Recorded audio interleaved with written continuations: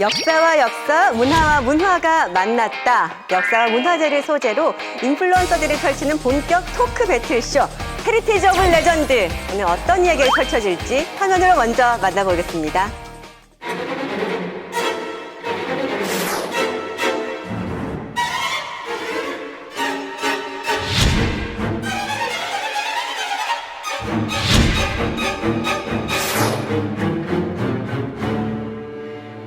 오늘 주제는 진짜 벌써 신나는 분위기가 느껴집니다.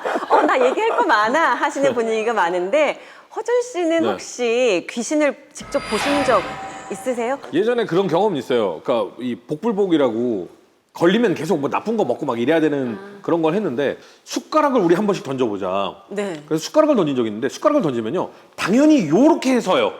당연하잖아. 에? 다 그렇게 섰어. 내가 던졌는데 요렇게 쓴 거야.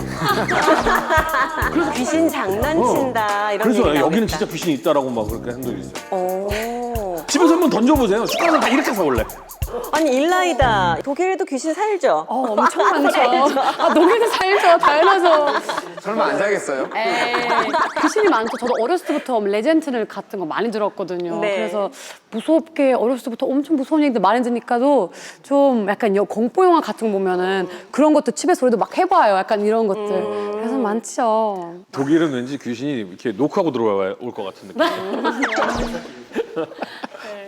아니 본격적으로 귀신 이야기를 좀 해볼 텐데요. 송윤중 작가님이 서양 귀신 그리고 신명환 소장님이 동양 귀신 특히 우리 한국 귀신 얘기해 주실 텐데 정의부터 살짝 내려봐야 될 것 같습니다. 예, 사실 귀신 보신 분 계세요? 네. 저는 봤어요. 보진 않았지만 온몸으로 느낀 적이 있어요. 그러니까요. 아 진짜로 귀신은 뒤에서 뭘 해서 꽉 잡아가지고 저를 안 놔주는데 저 진짜 죽는 줄 알았어요. 꿈이죠? 네. 보통 가위 눌린다고 하죠. 네. 귀신이 네. 솔직히 누구나 다 접합니다. 직간접적으로. 그런데 객관적인 증거는 부족하죠. 그래서 정의 내리기가 쉽지가 않아요. 근데 이제 한자로 좀 풀어보면은 귀신할 때 귀자는 망령, 죽은 사람의 영혼이죠. 또는 죄에 대한 안갚음, 도깨비 그런 뜻이 있고요. 좀 부정적이죠. 반면에 신은 하늘의 신령, 그리고 불가사의한 거, 그리고 덕이 높은 사람. 뭔가 좀 긍정적이에요. 그러니까 귀는 화를 내리는 존재이고, 그리고 신은 복을 내리는 존재가 되는 거예요. 그 두 단어를 플러스와 합쳐서 마이너스가 같이 있네요. 그렇죠. 이 두 단어를 합쳐서 귀신이라 그러는 거죠. 그러니까 제우스나 오딘 같은 전설 속의 신들도 역시 귀신에 포함이 되는 거예요. 귀신에도 음양의 조화가 있네요. 과학의 시대에 역행하는 것일 수도 있다라고 하지만 지금 얘기해 보신 것처럼 종교적인 신도 어떻게 보면 신이잖아요. 절대적인 거긴 하지만 근데 심 소장님 같은 경우는 인간과 귀신의 관계 동물한테는 안 보일 거 아니에요. 그러니까 보이나? 제가 뭐 동물의 입장까지 생각한 적이 없어서 그건 잘 모르겠고요. 하나 분명한 건 동서양을 막론하고 이제 귀신 비슷한 것에 대한 믿음이 인류 역사에 공통적으로 시작됐다라는 거. 그리고 지금도 사실 어찌됐건 어떤 수준과 주제를 믿던지 간에 그런 믿음이 있는 건 사실이잖아요. 네. 그리고 종종 그런 것들을 체험했다고 하는 어떤 증거들도 있기 때문에 이걸 무조건 마냥 뭐 딱 없어! 얘기하지 마! 이럴 것까지 필요 없는 것 같은데 이제 왜 그러냐 해서 우리가 이제 논증하기 힘든 건데 보통 이야기를 이제 굉장히 많이 하는 게 최근에 이런 거죠. 일종의 이제 인류가 선사시대에서부터 이제 진화의 발전 단계를 겪어오는 과정 속에서 그때만 하더라도 자연이 훨씬 더 거대한 존재니까 그 거대한 존재 앞에서 살아남는 과정 속에서 겪게 되는 어떤 두려움, 공포 이런 마음들이 이제 현대인까지도 계속 남아서 이런 것들이 어떤 믿음을 만들어낸다 뭐 이런 이야기를 하긴 하지만 이 얘기조차도 사실은 그냥 이렇게 여태까지 겪었던 일을 이렇게 얼추 엮어서 이야기하는 거기 때문에 설득력이 썩 높은 이론 같지는 않아요. 근데요, 거기에 살짝 보태면 공포심을 가장 많이 느끼는 사람이 어떤 사람일까 연구한 결과 상상력이 풍부한 사람이 공포심이 높다라는 거는 연구 결과가 있거든요. 근데 그것은 뭐냐면 상상력이 풍부하다. 이러이러한 상황이 됐을 때 나는 귀신을 보면 어쩌지? 이러이러한 상황이 되면 죽으면 어쩌지? 걱정하는 거잖아요. 이런 사람들이요, 오래 살아요. 아 그래요? 이야기가 이상하게 가네요. 왜 얘기가 근데 이게 역사적으로 보면은 인간의 사회가 점점 거대해지잖아요. 거대해지면은 규칙이 필요해요. 부족장들은 다스리기가 힘들어. 그때 부족장이 족장이 신의 말을 빌리는 거죠.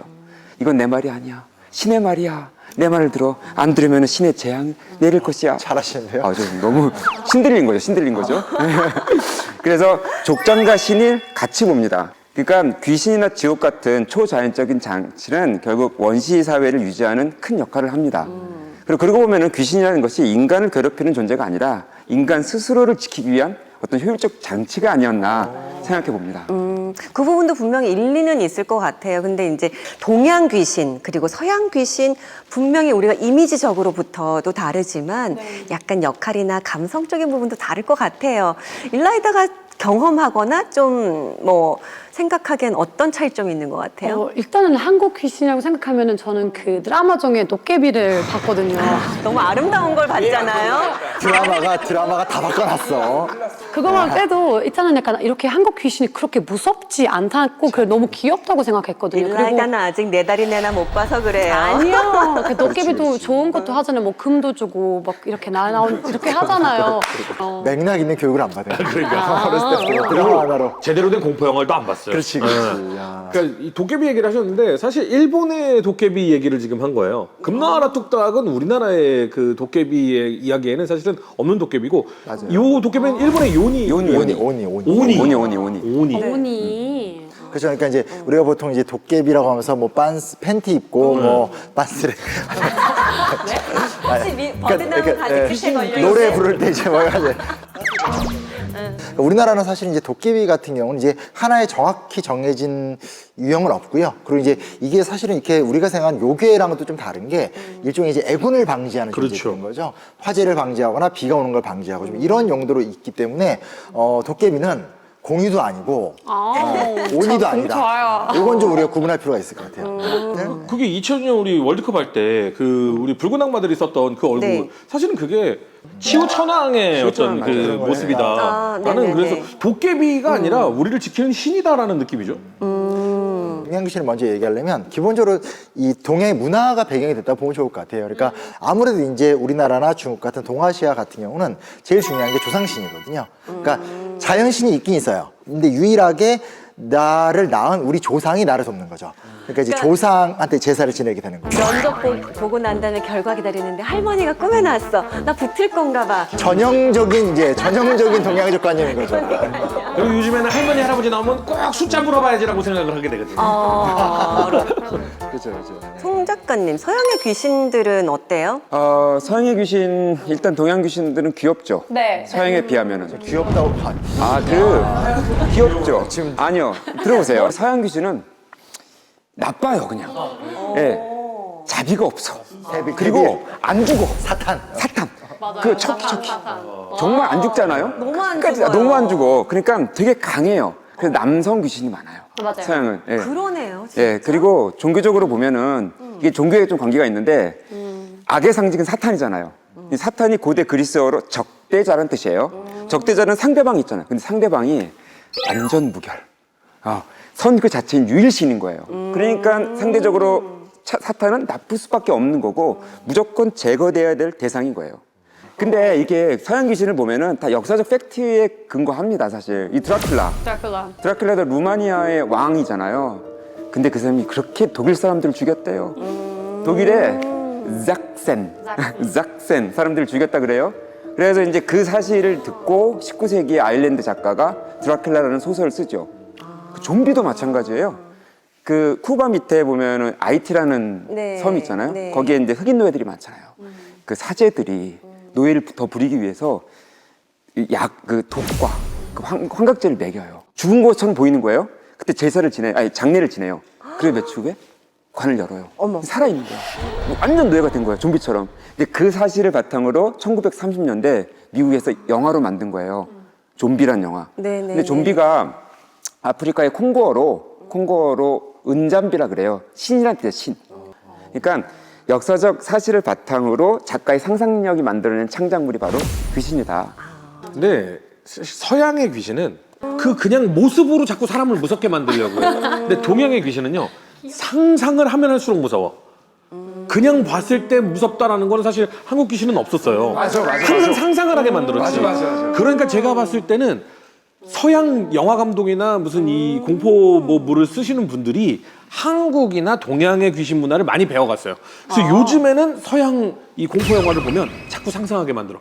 안 보이게. 근데 불과 20, 30년 전만 해도 그런 서양 귀신은 거의 없었어요. 맞아요, 맞아요.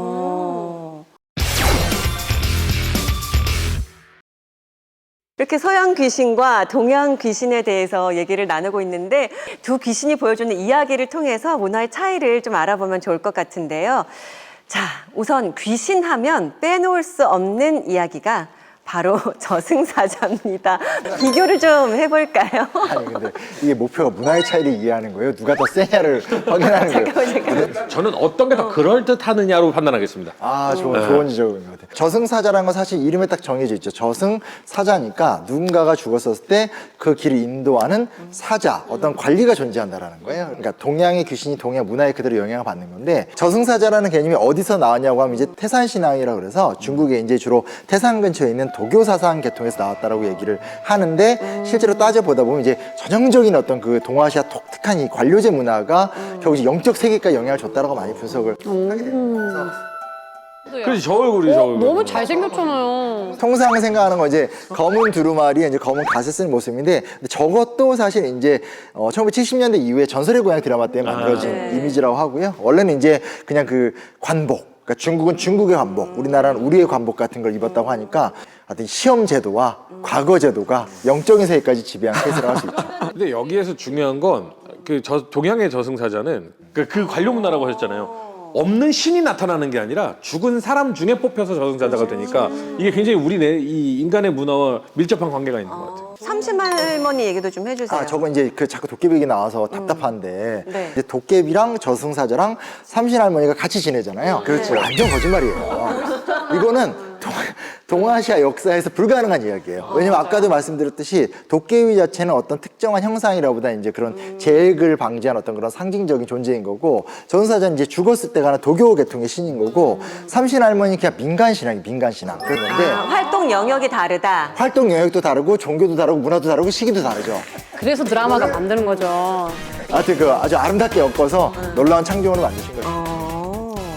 서양도 저승사자가 있죠. 있어요. 아, 이건 정말 무섭죠. 일단 그러니까 왜 저런 걸 얼굴이 안 비주얼에서 나오잖아요. 압도예요. 예. 저승사자라고 안 하고 사신이라고 하죠 보통 서양은. 서양 저승사자는 한껏 다릅니다. 일단 좀 무서워요, 정말. 무섭게 생겼죠. 얼굴 없잖아. 검은색 로브를 입고 낫을 들고 또 해골이에요. 네. 처음에는 그러지 않았어요. 처음에는 저승사자가 사이코 펌프라는 말이 있어요. 사이키는 영혼이라는 뜻이고 펌프는 컴퍼스, 그러니까 지휘자라는 뜻이죠. 그러니까 영혼을 인도하는 존재가 동양과 비슷합니다. 예. 근데 그 이미지가 중세 때 변하죠. 흑사병. 늘 귀신에는 전염병이 붙어 보면은. 근데 당시에 하도 사람이 죽어가니까 사람들이 그 모습을 보고 이거는 밀밭에 낫으로 밀을 대면은 훅 떨어진다. 그때부터 낫이 등장하기 시작합니다. 예. 그리고 또 한 가지가 의사의 등장. 이 중세의 의사들이 공포의 대상이었어요. 워낙 많은 사람들이 죽으니까 의사만 가면은 죽는 거예요. 그러니까 의사들을 오히려 회피했어요. 근데 의사들이 하필 또 그 옷을 입고 있네. 검은색 로브를 입고 있는 거예요. 아, 뭐야. 그래서 이 검은색 로브 그리고 낫 이게 바로 지금의 서양의 저승사자의 이미지를 만든 거죠. 아, 저는 여기까지는 동양의 저승사자에게 압승을 주고 싶습니다. 왜냐면 사람이 어째서죠? 인간이 태어나면 언젠간 죽잖아요. 그 네. 죽음에 대해서 받아들일 준비를 하고 어떤 마음가짐을 갖는 게 과정이라고 생각하는데 서양은 저승사자 무서워 이렇게 되잖아요. 죽음에 대해 부정적이 되잖아요. 이건 사람을 휘두르려고 하는 거. 저승사자는 사람들을 준비하세요라고 인도하려고 하는 거. 약간 이런 느낌이죠. 죽음에 대한 얘기를 하다 보니까 저승사자에 대한 동서양의 차이를 잠깐 비교해봤는데 사실 귀신하면요 처녀귀신입니다. 처녀귀신. 이분을 당할 수는 없어요. 뭐 더 나가면 막 간을 꺼내 먹는 뭐 구미호까지도 구미호. 가고, 네. 이 한은 오죽하면 속담도 있잖아요. 네. 아직 어렸을 때부터 왜 유부녀 귀신이 없고 다 처녀 귀신일까 뭐 이런 생각도 했었는데 근데 이제 여기서 핵심 포인트는 뭐냐면 어찌됐건 특히 우리나라에 등장하는 귀신들이 대부분 여성이잖아요. 이제 이게 억울한 게 많아. 정확한 표현 같아요. 왜냐면 이제 실제로 보게 되면 한 조선 전기 때부터 처녀 귀신들이나 여성 귀신들이 대거 등장을 해요. 이게 왜 그러냐를 따져보게 되면 고려 말에 홍건적과 왜구의 침입이 굉장히 심했잖아요. 그 피해가 사회적 약자들, 특히 여성들이 굉장히 큰 피해를 받게 되잖아요. 이제 그러다가 이제 조선 임진왜란 지나고 나면 또 조선이 굉장히 강고한 유교 국가가 되니까 이런 거 있잖아요. 그러니까 여성에게 이렇게 주어지는 의무가 너무 많아지잖아요. 은장도 이게 뭔 짓이야 정말. 네. 유교윤리가 강해지면서 여성에 대한 이제 억압적인 내용들이 많아지니까 네네. 사연 있는 여성 귀신들이 많이 등장을 하게 되는 거죠. 사연 있는. 그래서 한국이 공교롭게도 이 처녀 귀신이나 여성 귀신의 서사가 굉장히 긴 나라로 발전하는 특징을 좀 갖고 있습니다. 근데 또 그런 얘기가 재밌습니다. 네. 봐요. 아까 제가 서양이 동양의 귀신을 요즘 많이 따라해서 무서워졌다 그랬잖아요. 그럼 동양의 귀신 하면 뭐 이렇게 링이라든지 일본 영화 보면은 머리 막 이렇게 하고 있잖아요. 결국은 그거 한국에서 간 거잖아요. 결국은 귀신의 원형은 한국이다. 이상한 논리. 설득될 뻔했어. 사다코 그거 전형적인 한국 전형 귀신이잖아요. 정말 뜬금없는 국뽕이 여기서. 아니 잠깐만 그 구미호 얘기. 구미호는 사실은 한중일에서 공통적으로 등장하는 귀신이에요. 그래요? 또 우리나라는 다 있는 거 똑같이 아니에요? 9개예요?